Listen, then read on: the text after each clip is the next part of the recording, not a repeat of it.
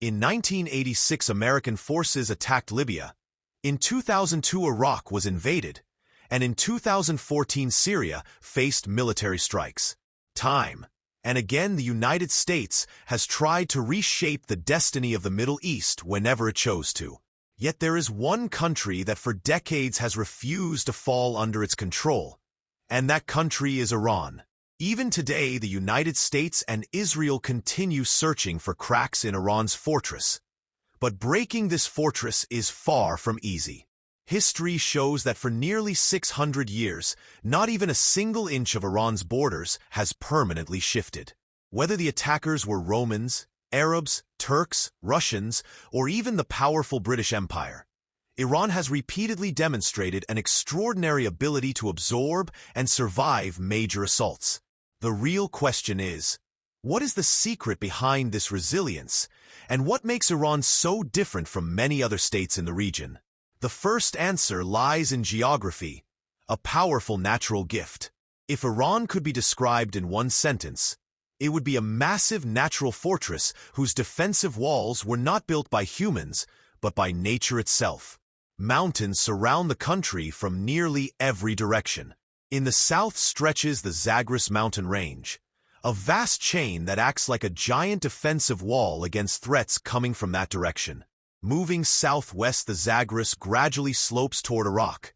But in the northwest, the mountains become so steep and rugged that they create an almost impassable barrier with Turkey. In places where mountains do not exist, marshlands take their place, especially in the region where the Tigris and Euphrates rivers meet, forming difficult terrain that works like the deep moat of a castle. Toward the north, near the Caspian Sea and Azerbaijan, stands another defensive wall, the Alborz mountain range, while to the east, smaller mountain chains wrap around Iran like a protective ribbon along the borders with Afghanistan and Pakistan. Together, these natural barriers make the country resemble a fortress surrounded by walls. To the south, the Persian Gulf forms the final boundary of this natural stronghold. Anyone attempting to capture Iran from the sea would soon encounter mountain ranges rising as high as 1.5 kilometers and stretching nearly 250 kilometers inland. Geography has always played a decisive role in warfare, and just as the mountains of Afghanistan frustrated both the Soviet Union and the United States, Iran's mountainous terrain has repeatedly protected it as well. Inside the country lie two enormous deserts, Dasht-e Kavir and Dasht-e Lut, landscapes so barren that most of Iran's population of roughly 90 million lives in mountainous areas instead. This makes controlling the country extremely difficult for any outside army. Invading forces must deal with long and fragile supply lines, narrow passes, harsh weather, and endless logistical problems. Yet this geography has another side. The same mountains that protect Iran also limit its own expansion.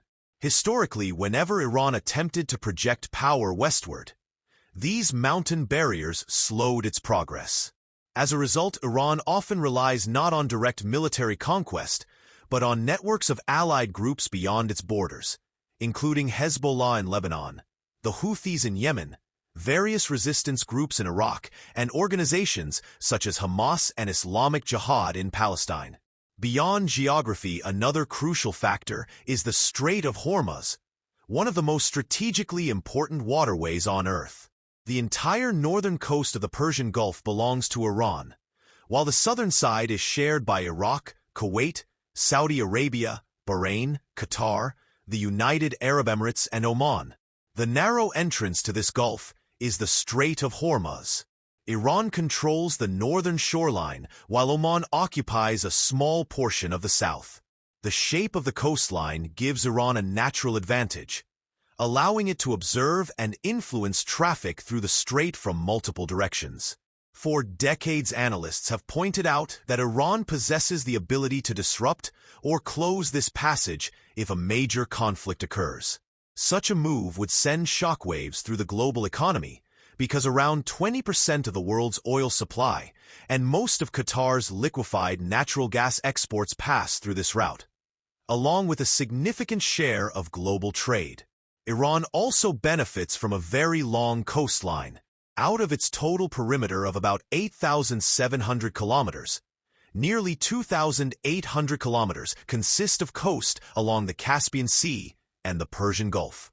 Much of this coast is not flat beach, but mountainous terrain filled with hidden valleys, caves, and natural blind spots where defensive systems can be concealed.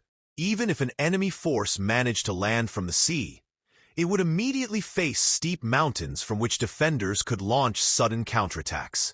Geography and strategic waterways are only part of the picture.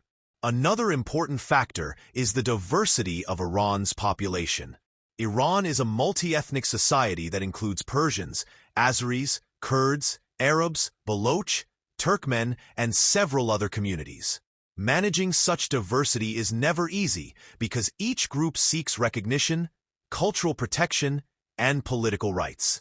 Many communities live in separate mountainous regions with their own languages and traditions, and some historical disagreements between groups stretch back centuries. Although internal tensions sometimes appear and protests have occurred at various times in modern history, outside threats often produce the opposite effect. When the country faces external pressure, these diverse groups tend to rally together. A clear example appeared in September 1980 when Saddam Hussein believed that revolutionary turmoil had weakened Iran and launched a full invasion from Iraq.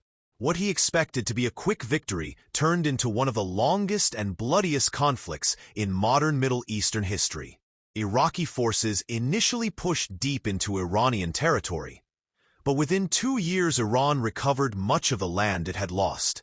The conflict lasted 8 exhausting years, during which not only the military, but also large numbers of ordinary citizens participated in defending the country.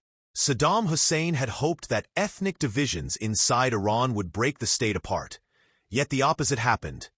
Different groups united in resistance, strengthening national solidarity.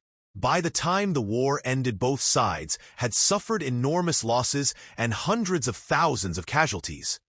Yet Iraq failed to capture any lasting portion of Iranian territory. Another powerful element of Iran's resilience is simply its size. Covering about 1.6 million square kilometers, the country forms a vast and complex landscape of mountains, deserts, and deep interior cities. It is not a small target that can be occupied quickly. Even if an invading army crosses the border, it must travel long distances through difficult terrain while its supply lines stretch thinner and thinner. Major cities such as Tehran, Isfahan, and Mashhad lie far from the borders, meaning that attackers would face a long and exhausting journey before reaching the political and economic heart of the country. Military strategists call this advantage strategic depth. The farther an enemy advances, the more difficult its position becomes and the more time defenders gain to organize resistance. For this reason, many analysts argue that Iran's greatest defensive weapon is not only its military power, but the land itself. Mountains, deserts, waterways, and distance together form a silent guardian that turns time and terrain into powerful allies, making the conquest of Iran one of the most difficult military challenges in the region.